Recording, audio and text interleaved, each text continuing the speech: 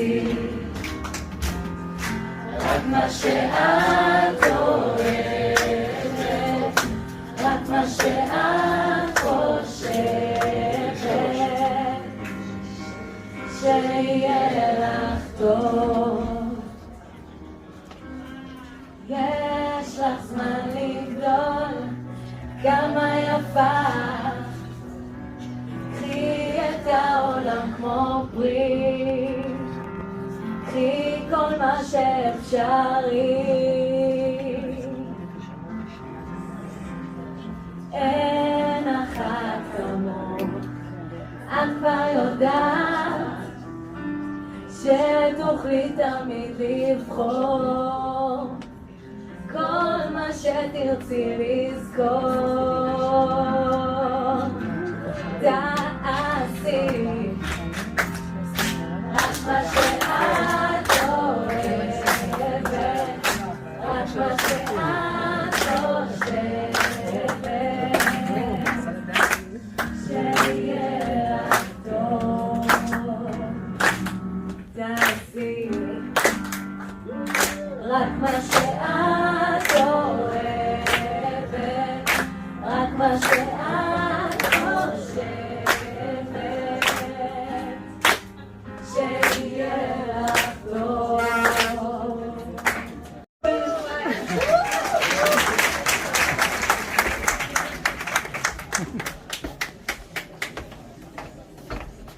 יובל בן חמו.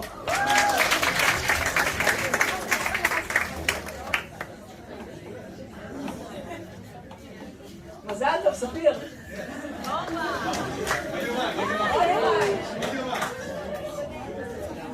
יאלי בן קאיה.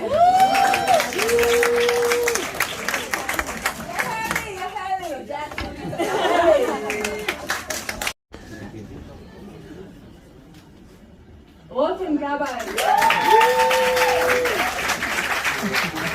אז אמרתי, אני אאחל לכם שתהיו תמי. אבל זה לא אופייני לי, כי אתם יודעים שמה שאני חושב שחשוב זה שכל אחת ואחד יפתחו באופן אינדיבידואלי את האישיות שלו, את הסגנון שלו, ובסיכומו של דבר זה מה שהופך, לפי דעתי לפחות, מחנכות ומחנכים למחנכות ומחנכים טובים במיוחד. אבל מה שבכל זאת אני חושב שאתם יכולים לקחת מתמי, אני חושב שזה הורגש גם בלימודים בתוכנית, זו תכונה שהרבה מן הפילוסופים חושבים שהיא התכונה העיקרית בסיכומו של דבר, שהופכת אדם לאדם שעושה מעשים חשובים ומיוחדים, וזה האומץ. ואני רוצה להקריא פסקה קצרה מאחד הפילוסופים החשובים של התקופה המודרנית, עמנואל קאנט, פילוסוף מן המאה ה-18, שהוא כותב מאמר קצר, בדרך כלל הוא כותב ספרים ארוכים, אבל הפעם מאמר קצר, פסקה אחת מתוך המאמר, מה הוא חושב שיכול להפוך אדם לאדם שמתפתח בצורה יותר מוצלחת. לא הרבה שכל, לא הרבה רגש, לא הרבה דמיון דווקא, גם את זה צריך כנראה, גם את זה צריך, גם את זה צריך, אבל אני חושב שמה שחוויתם, או אני מקווה לפחות, שחוויתם בוגרות ובוגרים בתוכנית רגב, זה שיש אומץ לנסות ולעשות דברים, וכחלק ממי שהיה ניצב בתוכנית רגב הרבה שנים, אני מרשה לעצמי להגיד בשם המרצות והמרצים גם, שמבחינתנו תוכנית רגב היא תוכנית שבה מותר לנסות דברים, ומבחינה הזאת זה מסר שמאוד חשוב לנו להעביר דרך העשייה. עכשיו אני אקריא אותו דרך פסקה מעמנואל קאנט. הוא כותב כך: נאורות היא יציאת האדם מחוסר בגרותו שהוא עצמו אשם בו. חוסר בגרות הוא אי יכולתו של אדם להשתמש בשכלו בלי הדרכת הזולת. אשמה בחוסר בגרות קיימת אם סיבתו איננה חוסר יכולת חשיבה, אלא חוסר החלטה ואומץ להשתמש בו בלי הדרכת הזולת. ספרה אודה, בלטינית העז לחשוב או העז לדעת, עזור אומץ להשתמש בשכלך שלך, היום גם צריך להגיד עזרי אומץ להשתמש בשכלך שלך.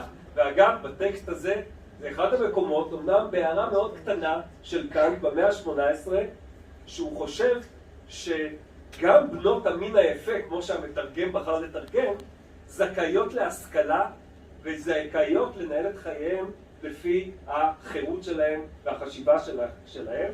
אז אני מאחל לכולכם שתעזרו אומץ ותזכרו תמיד, לפחות לפי דעתי, שזאת התכונה הכי חשובה, לעשות דברים בעלי משמעות בחינוך, בחברה ובכלל. ברכות לכם ולהורים, ותודה תמי על כל השנים הטובות הללו. מה כבר ביקשתי? מה? הכל גרוע. אני בראש הרשימה, אני לוקחת אישית, אני מופלת רגשית, אני נותרת, מתעצבנת, נעלבת, בגדול, אני הגרסה של עצמי שאני הכי פחות אוהבת, אני מורה גרועה. ותוך כדי שאני רבה עם עצמי, שוב צלצול, שיעור שמיני, בהצלחה. אז אני נכנסת לכיתה ומתוך החוסר אונים אני משחררת. זה לא פשוט בכלל, אבל אני פשוט אומרת, שומעים? היה לי יום קשה, אבל הכנתי שיעור מעולה, אני צריכה שקצת תהיו איתי. אתם זורמים? משפט אחד. מה, אבל אני בדיוק בקטע הכי מרגש בקטע. אני לא יכולה לדבר על להתייחס למה שבמציאות בכיתה, ואז כאילו לתת לכם לעשות את זה. אז בסך הכל אמרתי משפט אחד כנה, מהלב. בתוך רגע הקסם התחיל להתרחב, פתאום זו בכלל לא מלחמה, אלא חממה של לב ומוח.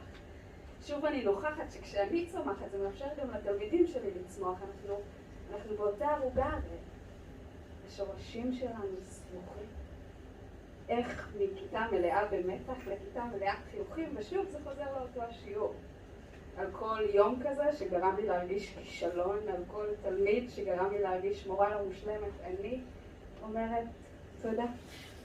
כי בכל פעם שיצאתי מדעתי, זה הוציא אותי לעבודה. וזה תמיד חוזר לאותה נקודה, פשוט לבוא כמו שאני. קבל עם וכיתה ועדה. כן, זו התשובה. אני לא תמיד המורה הכי טובה, אבל זה בדיוק מה שהופך את המקצוע שלנו לכזה חלומי, כי היומיום שלי הופך אותי שוב ושוב לגרסה טובה יותר של עצמי. אני מתאמנת ולהשתפר, כי כדי שכל תלמיד שלי יפרח הכי יפה וצבעוני שהוא יכול, לי אין ברירה, אלא להמשיך ולבדוק.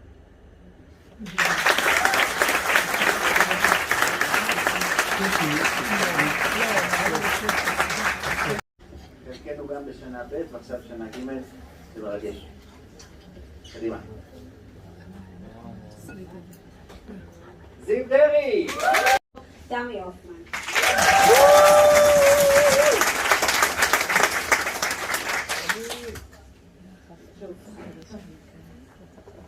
ערב מאוד מרגש, והרבה מאוד רמות. 6 שנים, אני והצוות פותחים וסוגרים שנה, וגם הערב אנו נפרדים משנתון ג' שמסיים לימודים ברגב במכללה, וגם אני נפרדת מהתפקיד שהיו לי הזכות והכבוד לבצע ב6 השנים האחרונות. הנחזור ומסיים והוא מחזיק בכמה וכמה שיאי רגב עולמיים ומרשימים במיוחד. זה מחזור הקורונה. הגעתם ללימודים בעיצומה של המגפה. חצי מהתואר שלכם מתקיים במשבצות הזום. בעצם בשנה ב' גילינו שצריך ללמד מההתחלה מה זה קמפוס, מה זה אקדמיה. אתם באמת המחזור הגדול ביותר שהיה אי פעם בתוכנית רגב במכללת סמינר הקיבוצים. אבל גם בתוכנית הארצית. לא היה? סטודנטים וסטודנטיות, שבאמת הייתה זכות גדולה ללוות אתכם. זה השנתון שהתקיים בו הפיילוט הראשון של שיתוף פעולה בין חיל חינוך לבין משרד החינוך, תוכנית רגב, והוא פתח את הדלת לתוכנית שנקראת רגב שרוך אפור. היום קוראים לזה רגב שרוך אפור עצום. ונמצאים פה איתנו 18 סטודנטים שהם באמת החלוצים והחלוצות בהקשר הזה. אני אגיד שאחוז המלמדים בפועל, כבר מהשנה הראשונה, שלא לומר על אלה שכבר הם אחרי הסטאז', הוא הגבוה ביותר מכל המחזורים בשנים האחרונות. בקבוצה הזו. וכדי להתאים את עצמי לתמה החוזרת, זה המחזור הראשון שאיתו חרשנו את הדרך הלוך וחזור בין קמפוס נמיר לקמפוס אחד העם.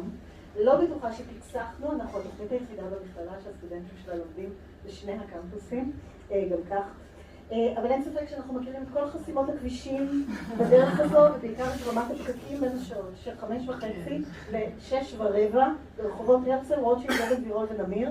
זו שעה ארוכה ביותר שיכולה להיות, אם אתם צריכים להבין קצת קיצורי דרך ועניינים, אנחנו הגדולים. השנה הנוכחית הייתה מורכבת, המילה מורכבת גם היא הפכה קצת לשחוקה, מה לא מורכב בחיים האלה. ואולי להשתמש במילה מורכבות זו דרך קלה לעקוף את הצורך להסביר מציאות מורכבת. אז אני אנסה לא ליפול בפח הזה ולהסביר מה מורכבת המורכבות.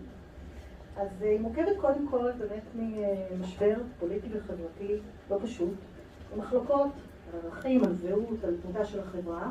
המחלוקות לא חדשות, אבל הן נחשפו בחודשים האחרונים במלוא חריפותן, והרגשת אותן גם פה במכללה ובתוכנית.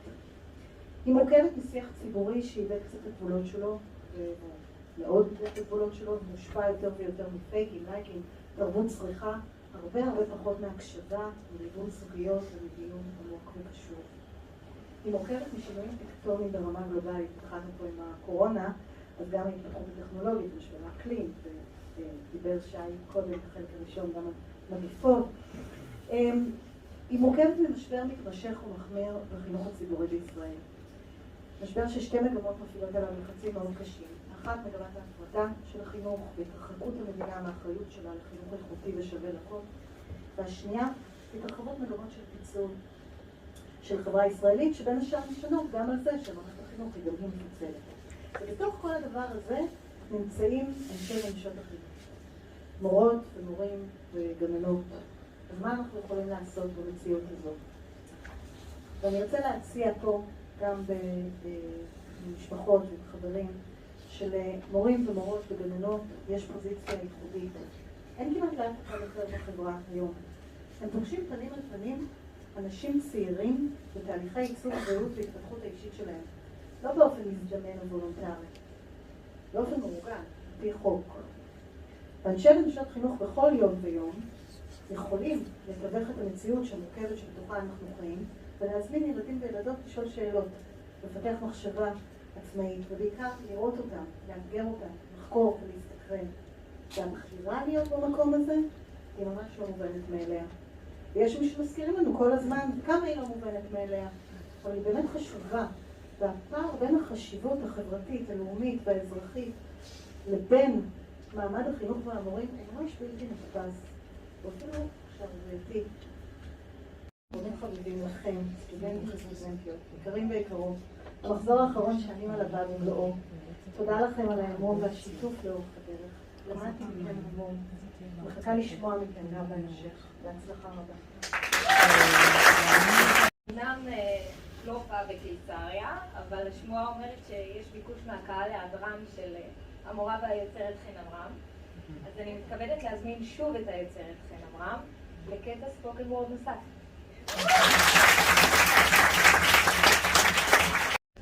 את יכולה לשנות עולם שלם, כפול כיתה, כפול מערכת שעות, כפול שנות הקריירה שלך, כפול כל הילדים שיהיו לכל התלמידים שלך. את אף פעם לא יודעת מה תגידי שיגע במה. פעם תלמידה סיפרה לי איך שיניתי לה בחיים ואת תשאלתי משהו.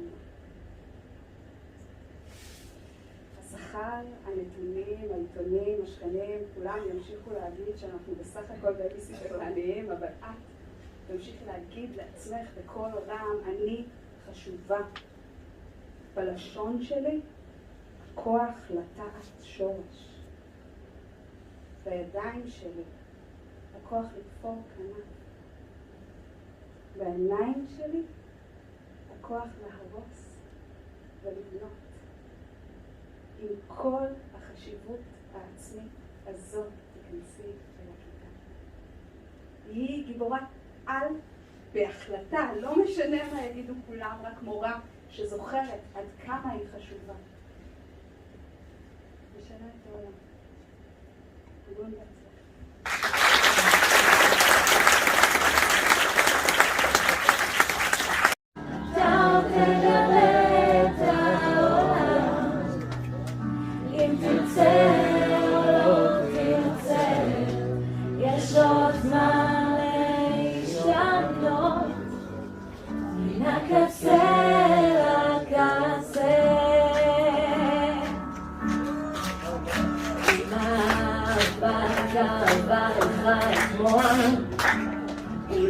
מחר לא תיחם, ללמוד הדמעות זולגות בלי קול, וסופנו לחיוך רחב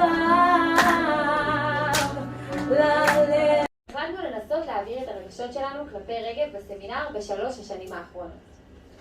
רגב זה להגיע בימי רביעי בערב, כל שבוע לסמינר, עייפים מכל היום, ובסוף להישאר אחרי השיעור ב9 בערב להמשיך לדבר עם כולם. רגב זה להכיר וללמוד יחד עם הסטודנטים והסטודנטיות מכלל המסלולים בסמינר, הקורסים הכי מעניינים. הדיונים הסוערים בכיתה שהופכים את הבטן, השיח החינוכי, הדילמות הערכיות, האסימונים שנופלים והרצון לעשייה.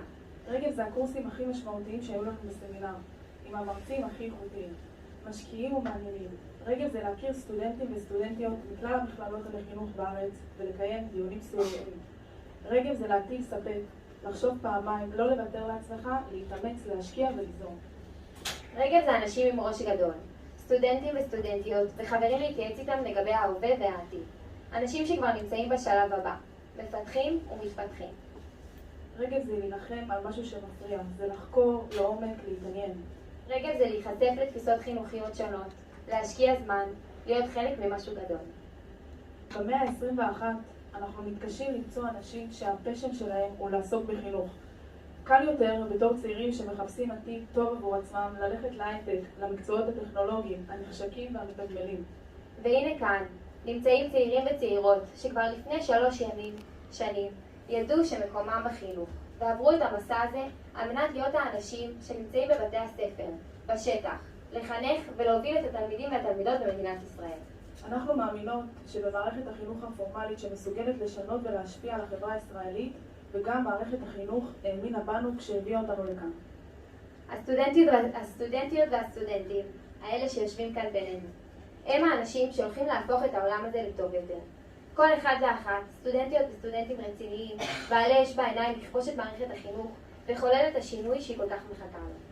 למרות שכל אחד ואחת מאיתנו מתקדמים למקום אחר, אנחנו בטוחות שדרכינו עוד יצטלבו בתפקידי המפתח של החברה הישראלית. אנחנו נתגעגע שיהיה בהצלחה לכולם ולכולם.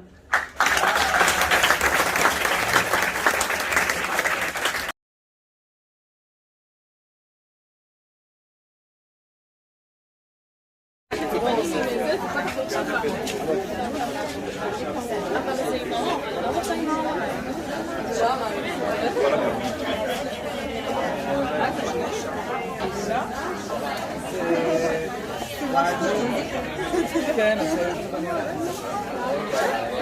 רגע שנייה, אני אבוא.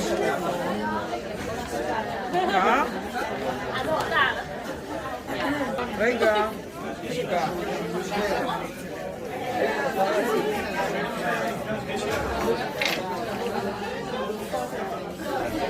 כן, תמיד היה סבבה לי. אנחנו נגיד גם שינה. נראה לי בסרטון. גם את זה?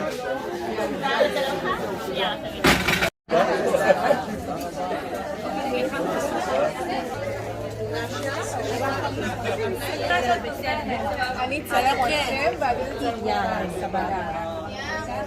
צריך גם את המורה מה